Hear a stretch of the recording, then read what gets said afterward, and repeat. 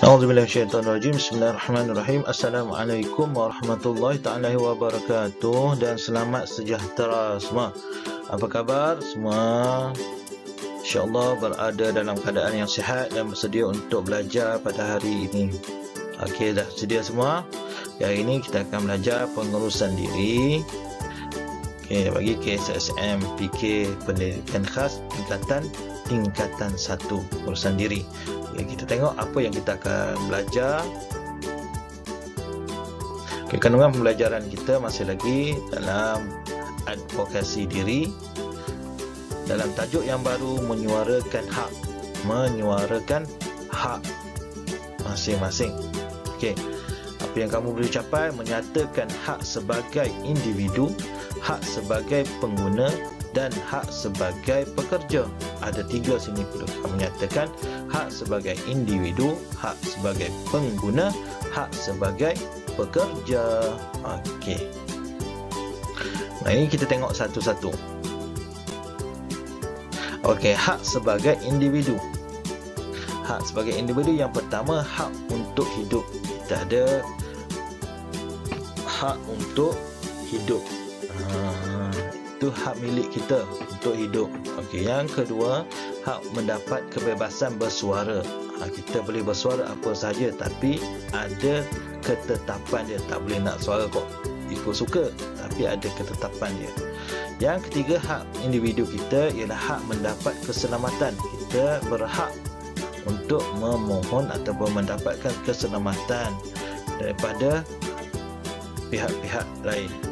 Okey, yang keempat, kita juga berhak mendapat kehormatan. Kita pun berhak dihormati oleh orang lain ataupun satuan-satuan lain. Yang kelima, hak mendapat pendidikan. Kita berhak untuk mendapatkan pendidikan. Tidak boleh orang sekat tentang keinginan kita untuk belajar.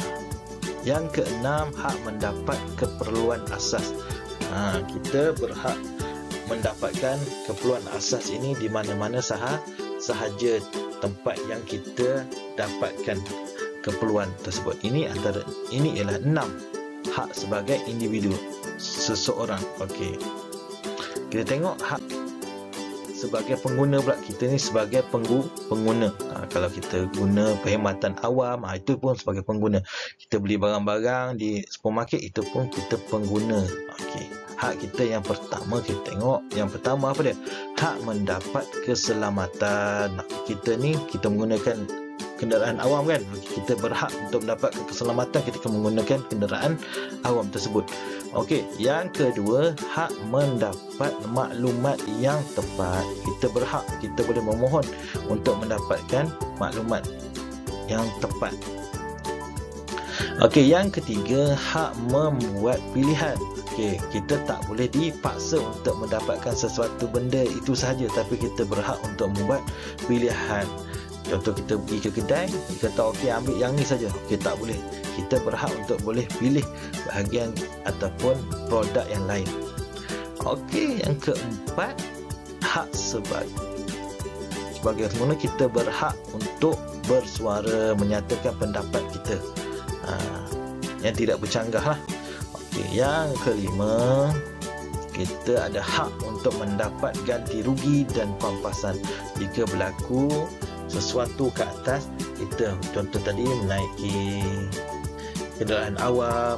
Kita jika berlaku, kita minta jauh, kita boleh dapatkan pampasan. Ataupun kalau kita beli barang-barangan, kita bila dipastikan barangan tersebut rosak sebelum kita guna, kita boleh minta ganti rugi. Okey, yang keenam ialah hak mendapat pendidikan kepenggunaan. Kita berhak mengetahui tentang kepenggunaan yang ada di sekeliling kita. Kita kena berhak tahu. Jangan kita tidak diberitahu ataupun dihalang untuk mengambil tahu tentang kepenggunaan. Kita kena ambil tahu tentang apa yang kita hendak guna tersebut. Okey, ini sebagai hak sebagai pengguna. Okey, yang ketiga, hak sebagai pekerja. Bila dah kamu menjadi seorang pekerja nanti, Ini dia hak sebagai seorang pekerja. Okey, ada 6 juga. Yang pertama kita tengok apa dia?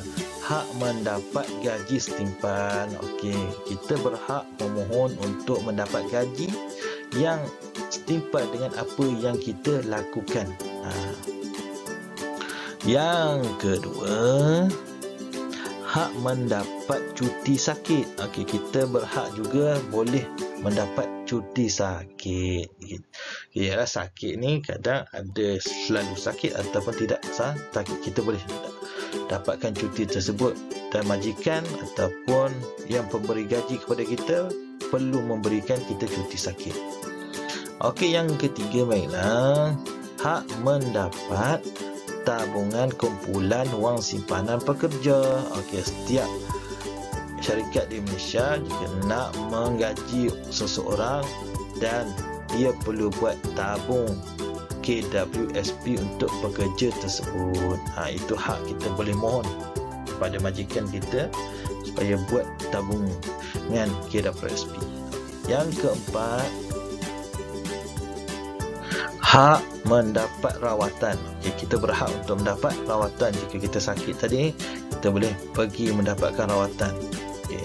Yang kelima, hak mendapat jaminan keselamatan. Kita berhak untuk mendapat jaminan. Jika kita buat sesuatu pekerjaan, kita minta jaminan. Apa jaminan saya jika saya buat perkara tersebut? Okey, dapat keselamatan. Okey, ini hak kita.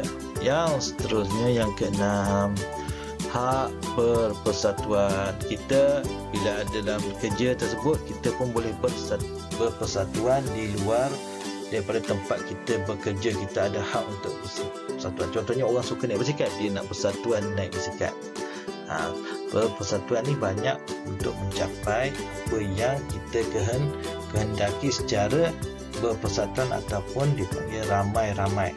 Okey, baiklah, kita dah belajar 3 hak tersebut. Jadi tugasan kamu, sila buat dalam modul pengurusan diri, muka surat 7 soalan nombor 1 saja.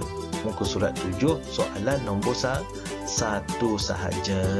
Siap ambil gambar dan hantar di WhatsApp. Baiklah semua, terima kasih kerana mengikuti kelas hari ini dan semoga bermanfaat dan mengetahui tentang hak-hak kita sebagai individu, pengguna dan pekerja. Sampai sini saja. Assalamualaikum warahmatullahi wabarakatuh.